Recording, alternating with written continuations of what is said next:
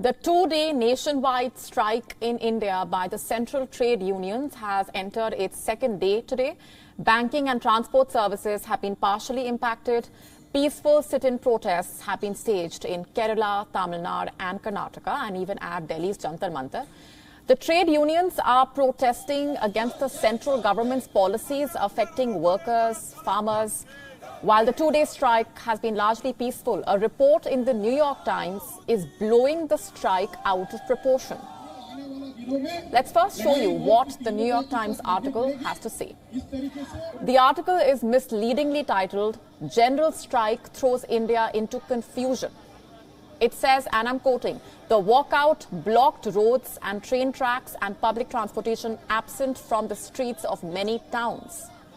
It quotes an opposition politician from the Communist Party of India, Marxist, in Tamil Nadu. He says the present government is anti-workers and against poor people. The New York Times story also quotes a top official with the Center of Indian Trade Unions. The article quotes him complaining about the government's privatization policies. He says, and I'm quoting, "Mr. Modi's government is changing labor laws to the detriment of workers, effectively lowering wages even amid rising inflation." Now, we can't say if the strike actually threw India into confusion, but this New York Times article has certainly left Twitter confused. Someone said a two-day nationwide strike in India is as visible as independent journalism in the New York Times, while some trolled the publication for simply exaggerating the situation with its unreliable reportage. But such a report is not a first for the New York Times. The publication has often been criticized for its biased and patronizing reportage on India. Whether it's India's infrastructure, middle class or economic figures, the publication has only sold criticism of India's economic growth. In fact, in 2021, the New York Times received backlash over a job advertisement seeking a South Asia business correspondent based in New Delhi. Many Twitter users and media publications observed that the job requirement read like an op-ed inviting anti-Hindu, anti-Modi candidates to spread propaganda.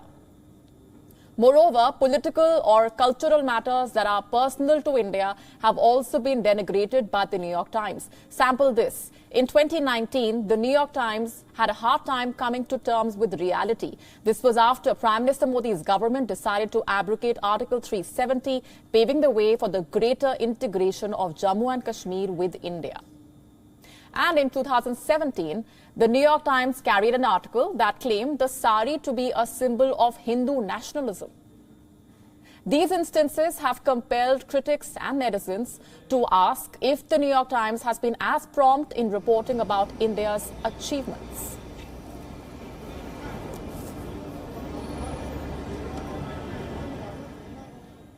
WION now available in your country. Download the app now. Get all the news on the move.